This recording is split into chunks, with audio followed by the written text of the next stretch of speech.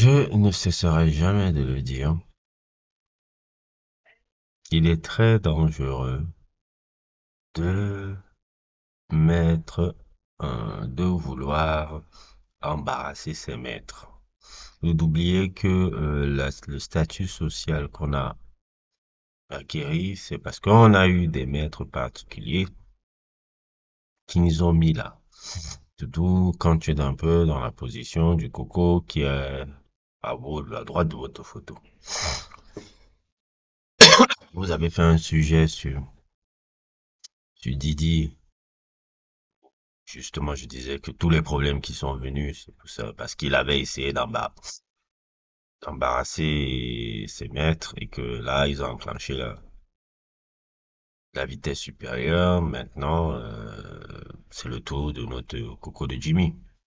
Jimmy est complètement en train de perdre la boule, complètement le truc, et il croyait que, bon, faisant un peu ces petites ménages, on va dire un peu ces petits ménages de poursuites judiciaires, d'exposer un peu les trucs de l'industrie qui lui ont été favorables pendant très longtemps parce que comme il était la poule aux odeurs un peu de Universal pendant quelques années, il pensait que bon, ah ok, ouais, nanani, ils n'ont pas le choix de toute façon. Et ben les gars te rappellent que bon, c'est eux qui détiennent les clés du game, enfin. Même pas trop de 3 jours. Voilà ce qui te balance sur la gueule. Il balance sur ta gueule ça. Et voilà maintenant que ton année 2024, qui finissait en termes de quelque chose de pathétique, elle est en train de finir en quelque chose de glaçant. Et c'est vrai, je ne sais plus c'est dans quelle vidéo. J'ai cherché cette vidéo avant de vouloir commencer celle que je suis en train d'enregistrer en ce moment, où j'avais dit ça, où j'avais dit, il faudrait qu'on regarde de très près la mort de XXXTentacion et les relations que peut-être le gars qui est à côté sur notre droit là, sur notre côté droit là, peut avoir. Parce que certaines de ses réactions lorsqu'il est mort, certains des morceaux qu'on a entendus quand il est... Non, je parle des morceaux qu'on a entendus dans Horlos, où il a fait des références à la mort du gars. Quand on sait un peu ce qu'il y avait comme contention entre les personnes, le jeune XXXTentacion qui se plaignait que Drake lui avait piqué son flow. Je me rappelle cette interview-là. Et les choses qui s'en est suivies un peu après pour les deux cocos.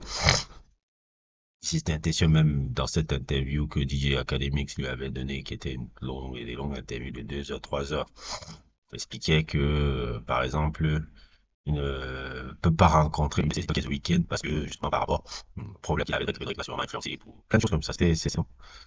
Si vous n'avez pas vu mon sujet sur XXXTentacion, je l'avais fait il y a, on va dire, il y a 1 an déjà. C'était un sujet que j'avais truc. J'ai souvent envie de le refaire un peu pour que, parce qu'à l'époque, bon, j'étais pas trop dans le montage comme avant et je n'avais pas développé bien ce que je pensais sur le personnage là. Parce que XXXTentacion, c'est un personnage qui à la base je n'étais pas forcément fan, hein. Voilà, je veux dire à l'époque il y avait beaucoup de antiques un peu sur le gars. Truc là où il avait battu sa copine, certaines situations qui me faisaient autre tout.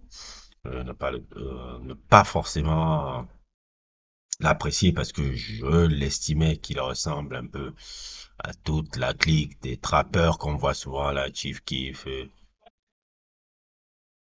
etc.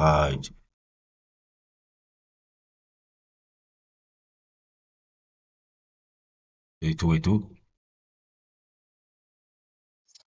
Donc,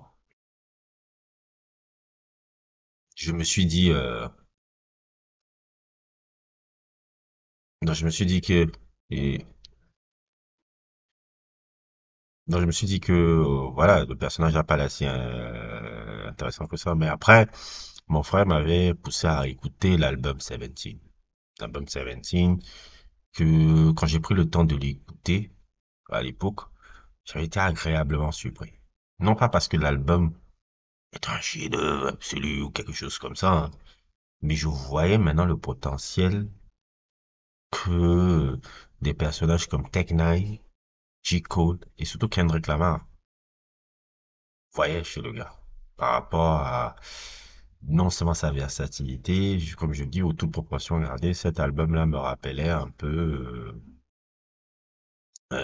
toute proportion gardée, une certaine mesure, un album de The Cure, un peu Disintegration, et je disais souvent que ce que Disintegration a été pour moi, Millennials, c'est qui m'a marqué complètement, qui est un des albums les plus importants de ma vie. J'ose imaginer un peu pour les Gen Z ce que Seventeen a été pour eux. Quand j'écoutais les thèmes, les trucs, c'était à peu près pareil. La voix, je savais pas qu'il chantait autant bien, je ne savais pas qu'il essayait d'être un musicien comme ça. Il y a des vidéos, on voyait comment il commençait à apprendre le piano, le truc, il commençait à avoir des idées de production intéressantes. Tu voyais la versatilité. Quand tu voyais un son, par exemple, comme le clip Look at Me qui finit par Riot, tu voyais la versatilité que le gars, il est capable de faire des sons comme ça, comme Riot. Et je me disais, non, waouh, waouh, waouh. C'est pour ça que sa mort est tragique, parce que tu voyais le potentiel du personnage de devenir. J'imagine XXXTentacion maintenant, là, à 26 ans. Parce que, voilà, XXXTentacion a mort à l'âge qu'il est mort, 20 ans. Imaginez Tyler, the Creator, qui meurt en 2011, à 20 ans après l'album Bastard. Vous voyez un peu? On n'aurait pas vu un peu l'évolution du gars qui est devenu, alors, Chromacopia, Igor et tout. Donc, Seventeen et, comment il s'appelle là, le question mark un peu là, qu'il avait là, l'album là. Ça, tu pouvais voir tout le potentiel du gars. De proportion regardez, il y avait du corps Cobain chez ces gamins-là. Donc, ça a pris du temps. C'était vraiment très agréable de découvrir ça chez le gars et de voir toutes les influences. Bon, sa mort a été vraiment tragique par rapport à ça. Et ça fait des années que cette rumeur rumeur de Drake par rapport à l'implication de son truc. Quand on voit dans une story, on va dire dans un live, comment il s'était exprimé en disant que s'il avait fait le truc, il serait vivant encore maintenant. Des références un peu dans son qui est dans On Lost là où. Excusez-moi, j'ai un peu mal à la gorge, excusez-moi un peu. Où il fait référence à la mort du gars. Pendant longtemps, je commençais un peu, et quand j'ai remarqué un peu les antics du personnage, ses affiliations avec les Hell Angels, l'attaque qu'il a eue avec Rick Ross, là où il était pas prêt à aller avec Rick Ross, quand Rick Ross était venu au Canada, qu'il avait fait ce qu'il avait fait. Donc je me suis posé la question de me dire, waouh, excusez-moi encore, hein, excusez-moi vraiment. S'il est capable de faire ça, pourquoi pas penser, regarder un peu, ce qui s'il n'est pas impliqué dans cette histoire-là. Force est de constater depuis hier, on a vu dans le truc dans le procès qui est là sur les sur les meurtriers d'Existential, son nom, truc est enfin sorti. Hum, son nom est sorti.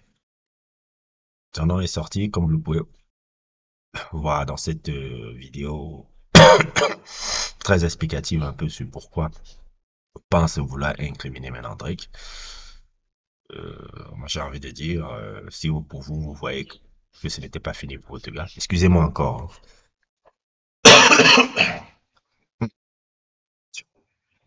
Oh là là.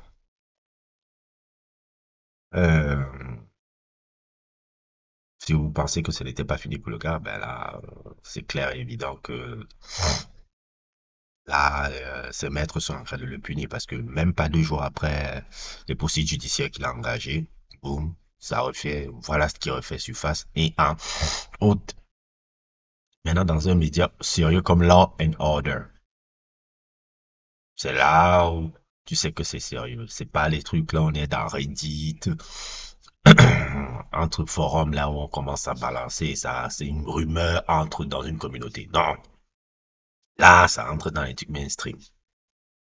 Et moi, j'ai envie de dire, il n'y a pas de fumée sans feu. De toute façon, Drake s'est attaqué à ses maîtres. Et regardez maintenant le résultat et je sens que bon, là, ça va seulement s'accélérer. Sa carrière est vraiment bousillée, hein. L'année 2024, ça a été une année vraiment horrible pour le gars. Et c'est totalement bien fait pour lui. Repose en paix, Existentiation. J'espère qu'on pourra vraiment, vraiment voir la lumière un peu sur le meurtre dont tu as été fait l'objet. Et comme mon père me disait toujours, le mensonge prend l'ascenseur, la vérité prend l'escalier. Et comme je le disais encore, le temps, j'avais déjà dit ça une fois, le temps remet toujours tout à sa place. Le temps remet toujours à sa place. Les gens imposteurs qu'on a célébrés pendant 15 ans, enfin 15 ans, comme vous l'avez célébré avec l'idiot qui est à droite là, et je mets, euh, je mets tout le monde qui a supporté ce gars-là pendant 15 ans là, dans le pilori que vous êtes responsable de ça. Responsable d'avoir validé un imbécile pareil. Et quand on vous le disait, vous étiez là en train de nous insulter en disant, ouais, vous êtes des puristes, vous voulez tout montrer là. Regardez votre maintenant. Ouais, je suis un puriste. Qu'est-ce que regardez maintenant votre toka là, qui il est vraiment. Vous n'avez pas, nous on avait compris ça depuis. Et le temps remet à sa place. Il avait fait 15 ans de domination. Sa legacy est terminée maintenant. On voit l'imposteur qu'il a été. On voit la fabrication qu'il a été. Et tout se remet en place. Existentiation, dans 20 ans, sera même plus mythique que Drake.